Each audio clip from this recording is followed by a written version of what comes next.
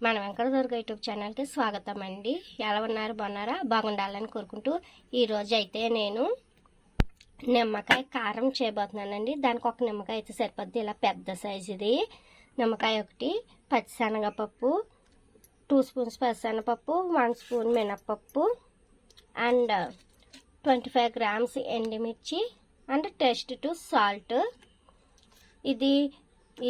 ఈ నిమ్మకాయ కారం చేయటం చాలా సింపుల్ అండి. దానికి తోడు ఏంటంటే ఇది ఎప్పుడు తినాలంటే ఇలా వెదర్గా ఉన్నప్పుడు, వాతావరణం బాగాలేనప్పుడు, ముఖ్యంగా మనకి బాగాలేనప్పుడు, ఒంట్లో నోటికి ఏమి తినబుద్ధి కానప్పుడు చేసుకుని తింటే చాలా బాగుంటుందండి. ఇంకా కూర పెరుగు ఏం అవసరం లేదండి. ఫ్రైస్ని ఈ నిమ్మకాయ కారం ఒక్కటితో తినేస్తాము, అంత బాగుంటుంది. సో ఇప్పుడు దీని ప్రాసెస్ ఏంటంటే స్టవ్ ఆన్ చేసుకుందాం. స్టవ్ ఆన్ చేసుకుని ఒక బాండీ పెట్టేసుకుని 1 స్పూను ఆయిల్ వేసేసుకుని ఈ ఎండుమిర్చి పచ్చిశనగపప్పు అన్నీ ఫ్రై చేసుకుందాం. ఇదండి చూసారా, ఫ్రై మాడకూడదు, అలాగని క్రంచీగా యాగాలి. చూడండి 1 స్పూను కన్నా కొంచెం తక్కువ ఆయిల్ వేసుకున్నాను నేనైతే. ఇది సరిపోతాయి నాకు ఈ ఫ్రై అవడానికి. పచ్చిశనగపప్పు, మినపప్పు, ఎండుమిర్చి ఫ్రై అవ్వాలండి. ఈ బాగా క్రంచీగా ఫ్రై అవుతున్నప్పుడు ఎండుమిర్చి వేసేసి ఒక 2-3 మినిట్స్ ఉంచేసి ఇవన్నీ మిక్సీలో పెట్టేసుకుని పౌడర్ లాగా రావాలండి. ఇదండి ఎండుమిర్చి వేసేసాము.